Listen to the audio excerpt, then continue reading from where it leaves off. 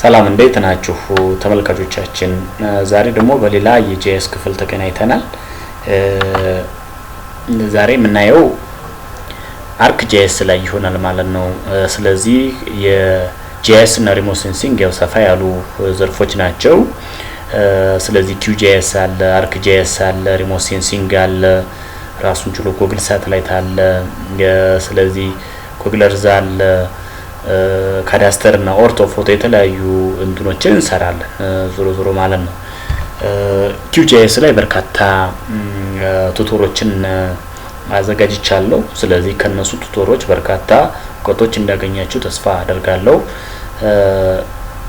ዛሬ ደግሞ የአርክ ጄኤስን እስከ ኪው ጄኤስ ከደረስንበት ድረስ ቢያንስ መሰረታዊና አድቫንስ የሆኑ ነገሮችን ለማየት ጎን በጎን ማስኬድ ስላለብን ኪው ጄኤስንም አርክ ጄኤስንም ሪሞት ሴንሲንጉንም እንዲሁ ካዳስተሩንም ጎን በጎን ነው ይዘን የምንሄደውና ኪው ጄኤስ እንግዲህ ከ50 በላይ ዩቲዩቦችና ቱቶሮችን አዘጋጅቻለሁ። እነሱን ሊንኩ ላይ በመግባት ወይም ደግሞ እዚህ የዩቲዩብ ቻናሉ ላይ በመግባት ማግኘት ትችላላችሁ። ከዚህ በኋላ ደግሞ ለተወሰነ ጊዜ የምናቀርበው የአርክ ጄኤስ ይሆናል ማለት ነው።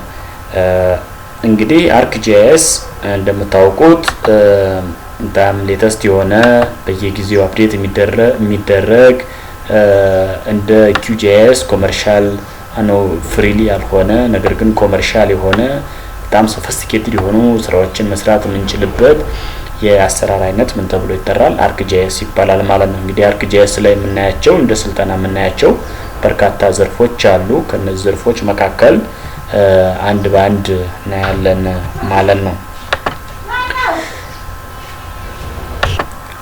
ስለዚህ አንድ በአንድ ከመጀመሪያው ጀምሮ ለማየት እንግዲህ ከሰልጣኞች አኳያ እንከተላቸው 5 ህጎች ይኖራሉ። ልክ ኪው ጄኤስ ላይ እንዳልነው እዚህ አርክ ጄኤስም ላይ እነዛ ህጎች ይሰራሉ ማለት ነው። የመጀመሪያው ፍላጎት ሊኖረን ይገባል። በሁለተኛ ደረጃ ጂአይኤስ ላይ ምንድነው ፕሮሰሱን መጠበቅ መቻል አለብን። በተለይ ቴክስት ያስፈልጋል፣ ተስፋ ለመቁረጥ ያስፈልጋል፣ ሾርት ኖቶችን መያዝ ያስፈልጋል፣ ጋይድላይኖችን መያዝ ያስፈልጋል።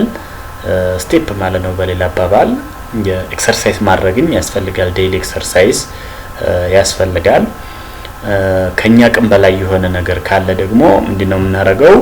አሁን በጣም የዘመነ ጊዜ ቴክኖሎጂ ላይ ስለደረስን ምንድነው የምናደርገው? ጉግል ላይ ገባና ልክ እንደዚህ በዩቲዩብ የሚሰሩ ጠንከራ ባለሙያዎች የሚለቁት ቪዲዮ አለ።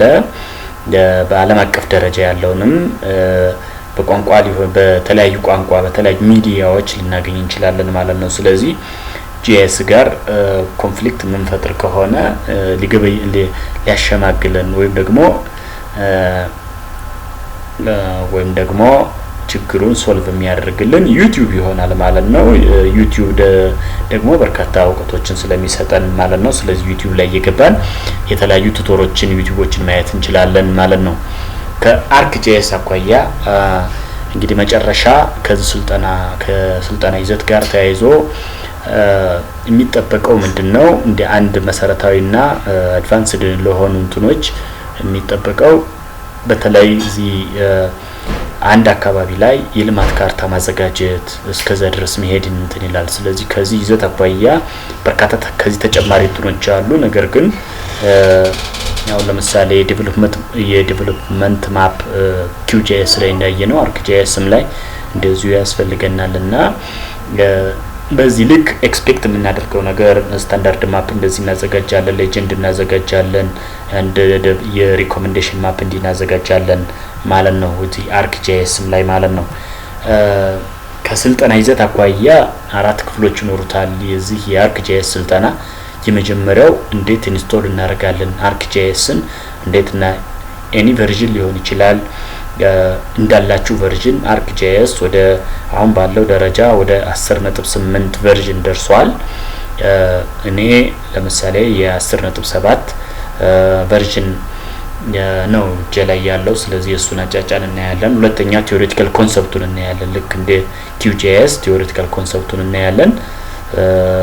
ፕራክቲካል ትሬኒንጎችም አሉት። ይሄ በተለይ በዋነኛነት ጂአይኤስ በቲዮሪ ብዙ መግባባት አይቻልም። ስለዚህ በቲዮሬቲካል ፓርቱን እናያለን ማለት ነው። ፕራክቲካል ፓርቱን እናያለን ማለት ነው። ስለዚህ ፕራክቲካል ትሬኒንግ ኦፍ ArcGIS የሚለውንም እንዲሁ እናያለን። በመጨረሻ ወተርሼድ እንዴት ደልኔት እንደሚደረግ እናያለን። ላይክ ዛት ኦፍ QGIS ማለት ነው። ArcGISም ወተርሼድ ደልኔት ማድረግ እንችላለን። ፕላንቴሽን ሳይት መስራት እንችላለን። ኢሪጌሽን ከዚህ አንፃር ይሄ ሞር ፎከስ የሚያደርገው ከግብርናና ግብርና አካባቢ ላሉ ዘርፎች ነው ማለት ነው። እነዚህን ካየን በኋላ ArcGIS እንዴት ኢንስቶል ይደረጋል የሚለውን ደግሞ በቀጣይ የምናይ ይሆናል ማለት ነው። ስለዚህ አጠቃላይ ከዚህ በኋላ የArcGISን ስቴፕ ባይ ስቴፕ በእነዚህ ክፍሎች እየከፋፈልን የምናየው ይሆናል ማለት ነው። ስለዚህ እያንዳንዱን ቪዲዮ በስቴፕ ስለሆነ የተዘጋጁት በቅደም ተከተል ስለሆነ የተዘጋጁት በዛ መሰረት ያያችሁ የተለያዩ እውቀቶችን ማግኘት ትችላላችሁ።